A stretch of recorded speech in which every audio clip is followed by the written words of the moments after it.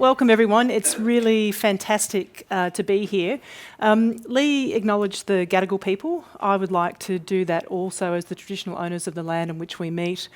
When you think about migration, and we're talking about, in our report, contemporary migration, I think it does give you a moment of pause when we then think about traditional owners and the impact that migration has had on them, migration for hundreds of years. And I think this is an opportunity to reflect on that and to reflect on their lives and how, certainly as a non-Indigenous Australian, what our impact has been on them, and to do that in the spirit of understanding our shared histories. So in saying all of that, I would like to pay my respects to the traditional owners and thank them for their custodianship of this land and their culture. Migration. It's an interesting topic, isn't it? One that certainly garners plenty of response and many and varied views. I can tell you, having launched a number of research reports for CEDA now, this report is the one that prompted the most immediate and highest volume response to me personally through the CEDA info email. And you can imagine what some of those looked like. And we had a couple from people who really did declare themselves as everyday Australians. And I say that because it is a reminder to us that while we will focus on a particular part of migration, and our report really hones in on the temporary skilled aspect of this, that there are community concerns around what this program and what migration in general means for everyday Australians. And one of the reasons we did this report was to address those concerns head on and to try to put some facts and some evidence into the space, and actually to put forward some recommendations that responded not just to business concerns, but also to community concerns. And that is how we will try to frame up all of our work at CEDA. The idea that we can now put forward recommendations and advice without understanding or attempting to understand what those recommendations mean for the broader community, I think is long gone. So this is, I just want to call out very explicitly, one of the reasons why we undertook this research. But if I take a step back, Lee also spoke to the broader CEDA research agenda. And last year we did a piece of work called Connecting People to Progress, where we actually wanted to look back on Australia's economic development and to understand which of those factors were critical to supporting Australia's long track record of economic development, and look at those from the perspective of understanding them well and thinking about how they needed to change in order to build future prosperity and economic and social development in Australia. And one of those is squarely in the centre of population. And pretty much everyone knows that. Immigration has shaped this nation culturally, it's shaped this nation socially, and it has absolutely shaped this nation's economy, and will continue to do so into the future, as we call out in the report. So this is the first of what will be ongoing research for CEDA, looking at the topic of population immigration and how we can shape the policy and the conversations to drive better outcomes for the economy, for the society, and also reflect the implications for the environment as well. Now, before I get into the nitty-gritty of this report, it would be remiss of me not to call out, I'm scanning the audience for Gabby. Well, you're hiding behind someone. So we have the pleasure today of having in the audience two of the authors from our report, Gabriela de Souza, who's sitting there, who works with us at CEDA, and Henry, who's at the back there, who contributed the chapter on the trends in migration as well. So I just want to call them out and just highlight that if you have any specific tricky questions about that, I will be pointing them out in the audience. Okay, now, this is trends in migration. Over the past 70 years, 7 million new Australians have called Australia home. 7 million migrants coming to Australia. That's a massive number, isn't it? But let's make it even more stark. 2 million of that 7 million have arrived in the last decade. And when you think about that, you look at the chart, the big bar at the end is essentially the last decade. It's not surprising that immigration has become and remains a huge topic of interest for pretty much everyone in Australia. But we've managed those levels of immigration pretty well on the whole. The Scanlon Foundation research shows that 80% of Australians believe that migration has been good for Australia, which is a really positive thing and something that we should speak to always. So while we have our debates and there are contested views, on the whole, people understand this has been a positive for Australia. But there are concerns, and there have been concerns particularly in recent years and decades about the level of migration. I thought I would remind you of a quote from Bob Carr, who now is actually with the University of Technology Sydney, I think, looking at issues of sustainability, who remarked as the then New South Wales Premier in 2000 that you've got a lot of people in Sydney concerned about the rate of urban consolidation. And if I said that today, you would think that was a contemporary quote, and not one from almost 2 decades ago. So this is nothing new. Many of the concerns, of course, centre on the scale of immigration, where migrants settle, primarily in our largest cities, and whether and what impact immigration is having on public amenities, social cohesion, education, jobs, etc. Interestingly, I was reminded just the other day that for immigration purposes now, anything other than Sydney, Melbourne, Brisbane and Perth is considered regional. So it just highlights, in a sense, how concentrated so much of the migration stream has been into those 4 capital cities. What does this mean? It means we must continue to have really open, honest, broad, comprehensive debates about immigration, about population and about policy. And when I say comprehensive, one of the things I want to call out is that for most people, when we talk about immigration, we tend to speak about permanent migration, or I think that's what settles in people's minds, which is why actually we wanted to call out temporary migration and the role that temporary migration is playing. Lee mentioned the figure. At the moment, 2 million people in Australia as temporary migrants. That's actually a big number, isn't it? And I think a bigger number than many people would actually realise. We've got 2 million here now. Temporary migration has also been a feature of Australia's history for longer than the last decade, but of course it's picked up steam recently. So let's have a look at who these temporary migrants are. Hopefully you can read that, but the big bar on your right, my left, is New Zealand citizens. Roughly a third of all temporary migrants are New Zealand citizens here on with temporary rights. Education. Students here on temporary education visas, probably not surprising to most of you and certainly not to the university, I would have thought. Interestingly, international students do have work rights. They can work 40 hours a fortnight while they're studying, and outside of semester they can work as long as they like, and anyone who's been in an Uber probably has had a conversation with a student working. About 50% are working in some formal capacity in our labour market. There are around 230,000 who are here on bridging visas. That means they came on one visa and they're transferring or transitioning to another visa or have applied to do so. That is also a big number and one that surprised me. We've got about 135,000 working holiday makers, and then finally almost 150,000 temporary skilled visa holders. So we're focused largely in the report on temporary skilled migration and its impact, but firstly, I think one of the things that surprised me was it actually doesn't stand out amongst those other categories all that startlingly. So that was a bit of a surprise for me. This is a snapshot of where we are now. It's just worth highlighting that, of course, temporary migration is very responsive to policy and it's very responsive to economic conditions. So just to highlight that, at the height of the resources boom, there were about 680,000 primary temporary skilled visa holders in Australia. At the moment, there's about, in the resources sector, there's about 32,000 now. So that just shows you how responsive that is. And of course, the really strong growth in student visas has been in response to not only our strong economy, but also changes in policy. How does temporary migration impact population as we measure it? I have to say, Henry's done all these calculations for us.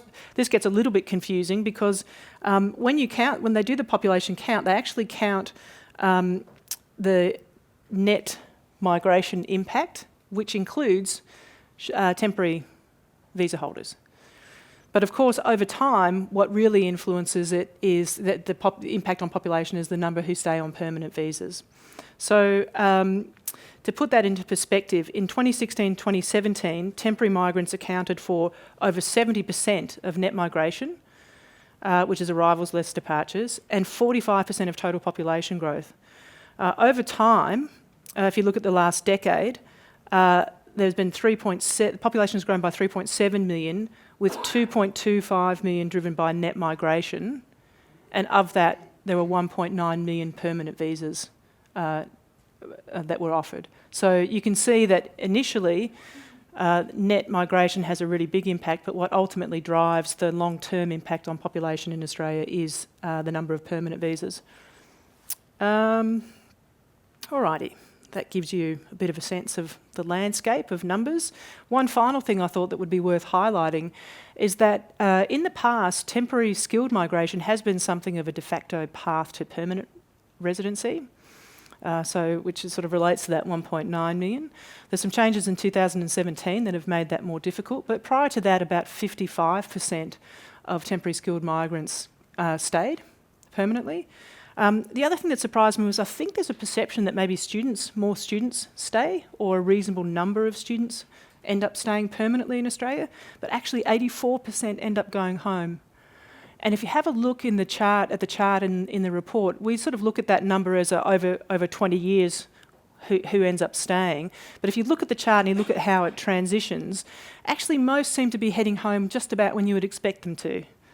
4 or 5 years after they've started, it kind of makes sense. But that number, 84%, actually surprised me. So what's the impact on, I've just got to say, I'm terrible, I have to say, at clicking my slides. So let's see, I'll come back to that one. Just make sure I don't get ahead of myself. So the big question, as I said at the outset, is what's the impact on our labour market? So we often hear temporary skilled migrants take the jobs of Australians. They have an adverse impact on jobs and wages in Australia. So that's where we brought in Gabby to bring her fantastic economic modelling skills to give us an updated answer to that question. So the Productivity Commission had done some work on this that sort of looked at things up to about 2012, and Gabby's updated that modelling work to have a look at what's happening, particularly when you've had the strong immigration recently. And the short answer is that our modelling work showed that there has not been an adverse impact on participation and wages or unemployment. And in fact, for certain groups with certain skills and expertise, the impact's actually been positive. And we call out in the report that there are other ways in which, if you just think about it, you've got temporary skilled migrants coming in, they earn, on average, very high wages, they spend those wages in our economy, they pay their taxes, and actually they don't have access to government-provided services. So it's probably not surprising that to have them in the workforce, they're contributing, to have them in the community, they're bringing more income and spending. So it is a positive. And we felt it was important this is independent research, it's looking at the aggregate impacts, but it presents a very compelling argument about what the impact has been. I should call out, you'll see the results highlighted in our report, but if you have a bit of inner nerd, and you want to understand the modelling, there is actually a full modelling appendix that's available on the website. So if you want to go and check it, make sure that Gabby's done everything right, then by all means please do, and you can email me at the info email address with any complaints on that. So let's talk about this in a little bit more context too, temporary skilled migration. One of the things that, particularly when we're talking to the media, we're very upfront about. Do we think Australia's education system needs to improve? Absolutely, always. Particularly vocational education and training. Do we need to do everything that we can to make sure that people in the workforce now and our young people training have the skills and expertise needed to get the jobs that we have now and in the future? Absolutely. We do not see temporary skill migration as somehow plugging that absolute essential need in the Australian economy.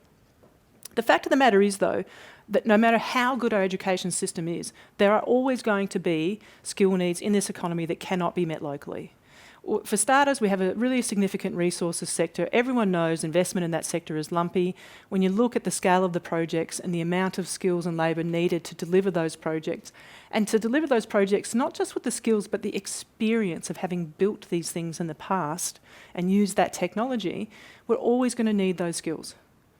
Right, and it's highly unlikely that we will ever be able to have that amount of skill and experience here. And if we did, what would they do for the 5 or 10 years in between projects? The second thing to call out is that our economy does undergo big structural shifts. We're undergoing a big structural shift at the moment. There is a huge demand for skills in the tech space. Anyone with cyber security skills, data skills, all of this is in huge demand at the moment. And as a company director, I can also tell you that trying to find anyone who's got anything, a job title with the word risk in it at the moment is also really, really challenging, and everyone's looking for it. So we are going to need these skills. And companies are using these skills not just to plug gaps, but to build expertise. The examples we cite in our report, Cochlear CSL, they're tremendous examples of businesses here in Australia building more opportunity by importing skills and growing their own workforces. I've seen this personally when I was on the board of Woodside. They developed a grow your own talent strategy. Those graduates that were coming in were attracted by some of the temporary skilled migrants that were coming in and working at the top of the organisation, who had expertise and experience that no one in Australia could ever have, ever. We had someone working there who had managed the oil spill in the Gulf of Mexico for BP. And you can imagine how the bees flocked to that honeypot of knowledge, how much the young graduates wanted to soak that up. That is something that we do not talk about or acknowledge anywhere near enough. Now, let me get down to the process. So people sort of suggest that, implicit in this whole idea that they're taking jobs and whatever is that Australian businesses find it easier to go offshore and to bring talent in. That they would much rather go offshore, bring someone in, because that somehow is easier than navigating the Australian labour market. That's what it takes on both sides of the coin to come into Australia as a temporary skilled migrant. Now, to be honest, in some ways you look at that and go, wow, that's nuts. But the flip side of that is that should also give people confidence that the system is working. This is not something you just pick up a page and go, you know what, I need someone to come and do this, I'm going to ring someone in wherever and bring them in tomorrow. This is about integrity. Now, does that mean we can't improve it? No. Does it mean we need to make sure that every aspect is actually working as efficiently and effectively and as well as it could for business, because it needs to? Absolutely, we must. And we also must make sure that some of those steps that are actually responding to community concerns, like labour market testing, are actually worth doing. So, but just simply to say, this is not a cakewalk, it's not something you do because you haven't got anything better to do of your day. It's a serious endeavour, as it should be. Now, just again, to put this into context, you go through that process. We have many temporary skilled migrants here. They account for less than 1% of the total labour force. 1%. Even at the height of the resources boom, it was 1.4%. So this is not, a tsunami of skilled workers coming into Australia. This is a targeted, challenging program. Okay, I mentioned before some of the characteristics of temporary skilled migrants. So who are they? Well, for starters, this is pretty much where they're coming from. The UK, India and the Philippines. They're young, they're highly skilled, they're well paid, average wage of $95,000. More than half of them work in 4 industries. And most of them are developers, ICT business analysts, university lecturers and cooks. Did that say 10 minutes, Jigal? Okay, thanks. 70% of them live in New South Wales or Victoria. Let's call that Sydney and Melbourne. 70%. Now, balancing the objectives of making sure we get those sorts of young, highly skilled people, but also building confidence in the community that we're not taking jobs from Australians is a difficult challenge. It does require a system with integrity, and we do need to maintain community confidence in that process. But if you think about the comments that I've just made about the size of the total temporary skilled workforce compared to the total workforce, if you think about their characteristics, if you think about the integrity of the process I just outlined, if you then think about that and then look at the history of reviews that we outline in our report, it seems completely disproportionate to the scale of this program. Really out of whack, in my view. I can tell you that I was personally involved in one of these reviews many, many years back, and I can also tell you that before we actually finished that review, another review was announced. That is fact. And we only had 3 months to do our work. It's not like we'd been sitting on it for 12 months. So before our recommendations had been out there and discussed, another review was announced. The 2017 changes were significant, and I can tell you again for fact that sitting around a boardroom in a company that employs temporary skilled migrants, they were the focus of conversation. They did disrupt things, those changes. They were unexpected. There was not proper consultation. It was a huge disruption to workforce planning. That sort of stuff has to stop. So if I now just turn quickly to our recommendations, we think you can increase the transparency of the skilled list. Now, this is about getting more stakeholders involved, people understanding the methodology and the process and the data, so that you've got greater confidence that the occupations on that list really do represent skilled shortages. There are examples from overseas that we talk to that we think are good examples, particularly out of the UK. This is also about building community confidence. So it's not hidden behind closed doors. It's not a short sort of summary of this is what we think is happening. It's serious, credible analysis. This is a bit nerdy, but the occupation codes haven't been updated for ages. If you think about how quickly the labour market's changing, you've got to update those occupation codes. The ABS doesn't have the money. The ABS should have the money. So that's a no-brainer. It's pretty nerdy, but it's really important if we think it's going to keep working. Intercompany transfers, we all know big companies, they manage their workforces globally. At the moment, the process is too complex and it's just unnecessary red tape, so we think that should change. Over time, creating an independent committee to look at this. Again, this is about building community confidence and trust in the system. And we need to stop the revolving door of reviews. You cannot have this persistent review process where every time something gets raised, you review the thing again and change it, and you don't let changes bed down, and you never actually understand what the impact of those changes are. So we've recommended that the Productivity Commission be tasked with undertaking regular reviews, 3 to 5 years, whatever we think, whatever the government thinks, so that there's a predictability and a rhythm to this that builds business confidence and community confidence. Because if you're changing something every 18 months, no one thinks it's working.